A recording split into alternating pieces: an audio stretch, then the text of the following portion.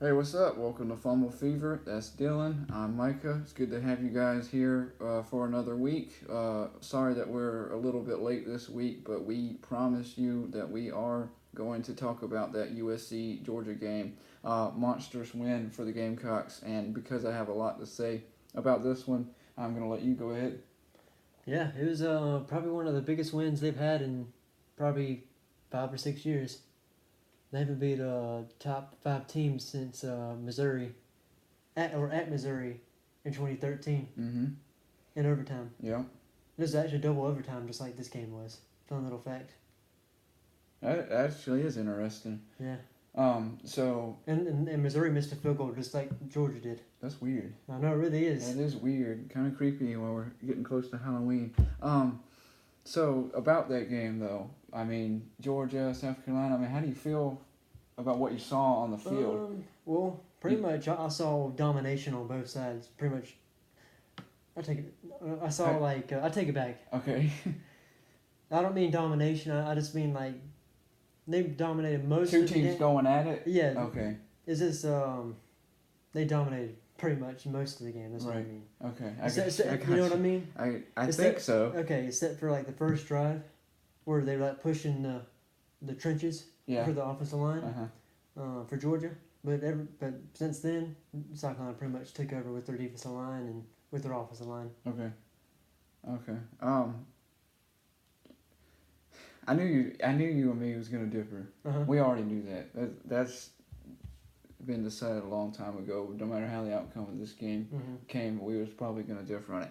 Let me talk, if I will, on a few things, a soapbox about Georgia. I saw a lot of things in that game a little bit differently from what you saw and for what a lot of the people might be saying, especially in this area, in this Carolina area. First of all, I want to go ahead and say that Kirby Smart has got to be making some of the dumbest choices I think I've ever seen in my entire life. It got worse as than the it game did. got on. Yeah, as the game got on, and worse than it was when he blew that lead against Alabama in the SEC championship game. I think that's a little bit of Tua though.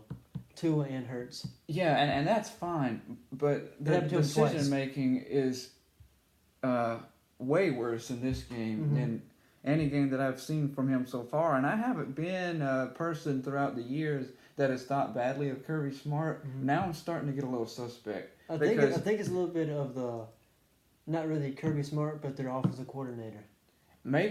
Hopefully, there's some other pieces there, but there was a lot of choices made on that coaching staff for Georgia that I didn't agree with. I mean, they were kicking it at the wrong time, choosing not to kick at the wrong time. They were calling timeouts in very odd situations, especially near the end of the game. The whole entire time, and I understand Kirby likes to pound the rock over and over and over again, but there has to be a point where you realize this isn't working. We got to do something different. And because of the fact that he kept trying to do it, when he eventually did finally pass, Jake Fromm was like, "Oh my gosh, I got to get all these yards back." He's throwing it down the field. There's nothing there. Solid coverage all game. Yeah, so he's up with 3 interceptions on some poorly timed passes. Not the time for Jake Fromm to have a bad game, and it was just a bad game. He's not a bad quarterback. I want to set that straight. Yeah, because he threw his first interception in that game. Exactly. So his first 3. Yeah. So I mean, it was just one of those things. To the same guy. Was it the same guy? Yeah. Huh. That's. Yeah. One was pick 6, and the other 2 were. The pick 6 changed the game. Yeah. That turned things around. It turned momentum around. And I will say one. If I can say one good thing about Carolina, I will say the fact that, number one, as we've discussed, Will Muschamp, his job has probably officially been saved with a win over Georgia. He had to get one of the 3. He went ahead and did it the very first week. I'd say probably what I thought was probably one of the least likely victories. Well, actually, no, I probably thought Florida was. Oh, really? Oh, sorry. Least like Florida was the most likely. Okay. I got myself confused there. But yeah, one of the least likely Mm-hmm. victories of those three, I thought probably would have been Georgia at Georgia, Mm-hmm. and they go in and when they win that one, and now they're sitting in a spot where they've potentially turned their season around from what I thought would be 5-7 to Mm-hmm. maybe 7-5, Mm-hmm. and they get a big win with a big game coming up next week against Florida. That could be a whole nother ball game. And by the way, if you're watching this show, we are going to talk about that South Carolina-Florida game in another video. If you go on Fumble Fever, like and subscribe, you'll be able to see both of these videos and keep up with everything that we're doing. We do have a lot of games that we will get to, but we had a lot to say about this one. And back to this one, and if I can take this even further about Georgia, I have been upset over the past week, 2 weeks, heck, I think probably even 3 weeks now, for some of the same reasons that Dabo Swinney was originally upset with the way the media handled their very close encounter with North Carolina. And when I looked at that game and I compare it to this game with Georgia, they're extremely similar situations. Georgia was a 24-point favorite over South Carolina. South Carolina was an unranked team. They were 2-3, Mm-hmm.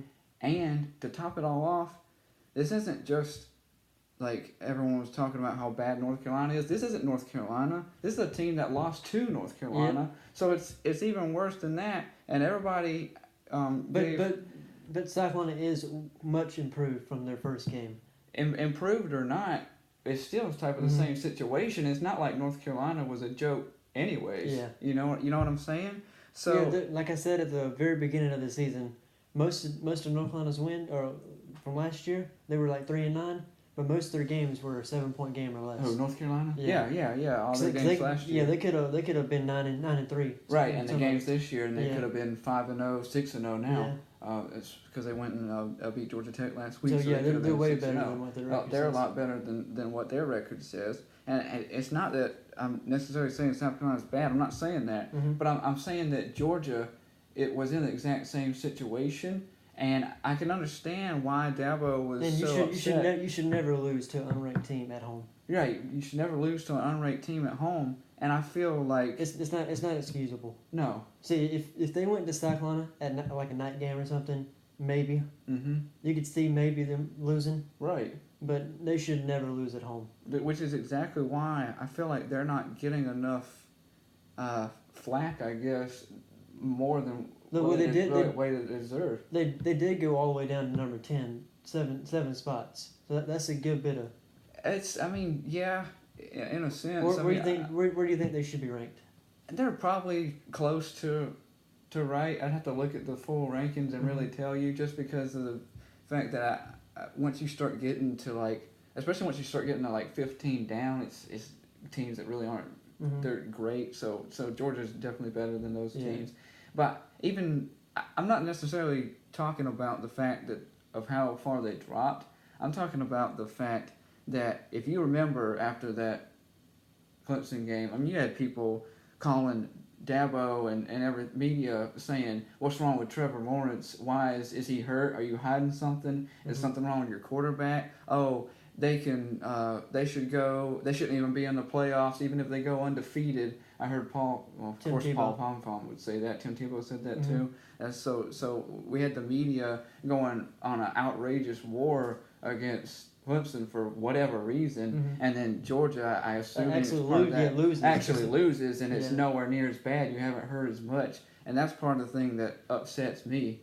This is football. This is what football's all about. You can't be perfect game in and game out. It's just not going to happen that way.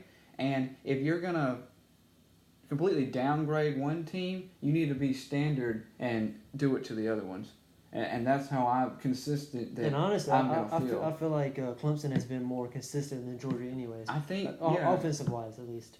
I think so. And it's just the fact that even if you're barely winning, you're still winning ball games. Yeah, good teams find a way to win. Good teams find a way to win, and so if they keep that up, then you don't try and push them out of the top four just because they barely beat North Carolina. And you can't they can't do a whole lot. And I've read a story earlier about this. Clemson's, it's not really Clemson's fault that the ACC is so down. Mm-hmm. There's nothing really they can really do about it. I mean, you can't change the teams you play in your conference. You can have something to do with out-of-conference scheduling, and which they've done a fair job. I mean, they got Texas A&M, Yeah, that's a good one. They're always set, of course, with South Carolina at the end of the year in a rivalry and that's game. normally a good one. Yeah, and that normally is a good one, even with the differentiation in the talent level, just because they're going to play to their opponents game, because so. it's a Anybody state can rival. win. Anybody could win any year. So I don't know. I just felt upset about everything that I heard about Clemson and didn't hear about Georgia, this, that, or the other. I've been sick for a long time about some of the SEC bias. I think it's absolutely ridiculous in a sense. I believe on a team-to-team basis, that's how I look at everything, is a team-to-team basis. Who has the best talent? Who has the best level of play in general?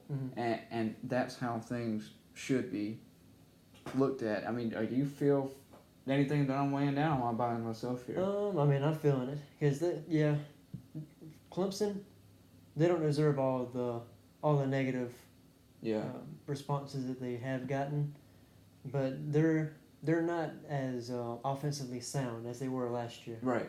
Which same thing that happened last year, pretty much, because they had a down game against who was it? Well, they've had Syracuse. Syracuse. Yep, from last year. That was their down game that year. Yeah. So I'm guessing North Carolina's gonna be their down game this year. So and they just picked it up from there. Right. Pretty much. They just came out ready after that. Yeah. It was like a wake up call every year. Right. Yeah, and I think they really live for those wake up calls, and that's how Clemson decided. I remember Dabo talking about that after the North Carolina game. Like, that's exactly what we needed. We needed the adversity because our team's so young, and we needed that. But if full disclosure, by the way, I'm perfectly fine.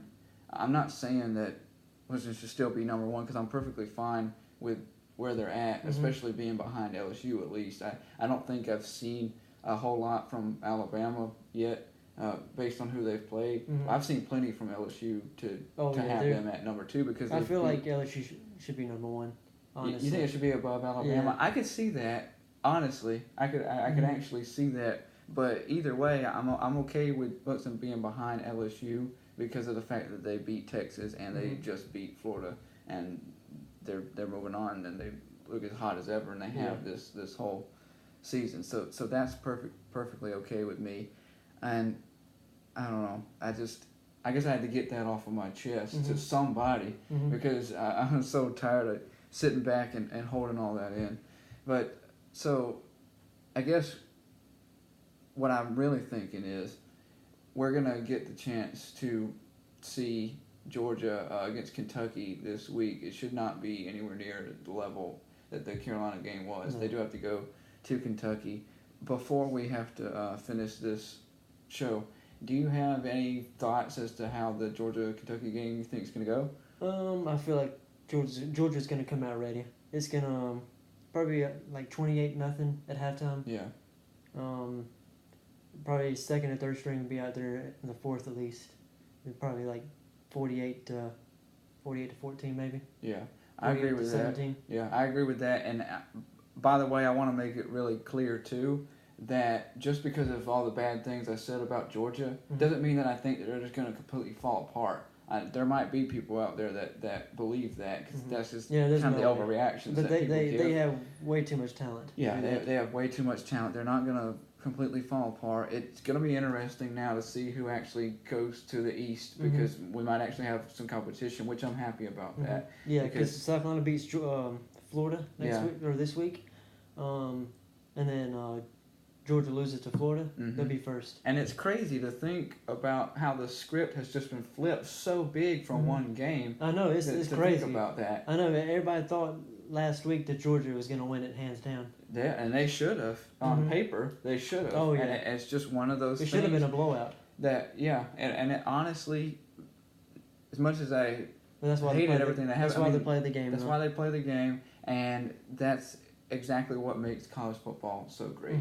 And because college football is so great, like I said earlier, we will continue this discussion, not about Georgia and South Carolina, but about all the games coming up for you guys in another video. Both of them should be posted right after the other.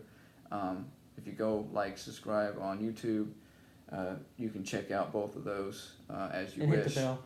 And please hit the bell, and also make sure that you go to Twitter and follow Fumble Fever on Twitter there, so you can get content that you won't be able to see in the show. And hit the like button. And hit the like button on there. Thank you guys for watching, and join us in our next video. Thank you.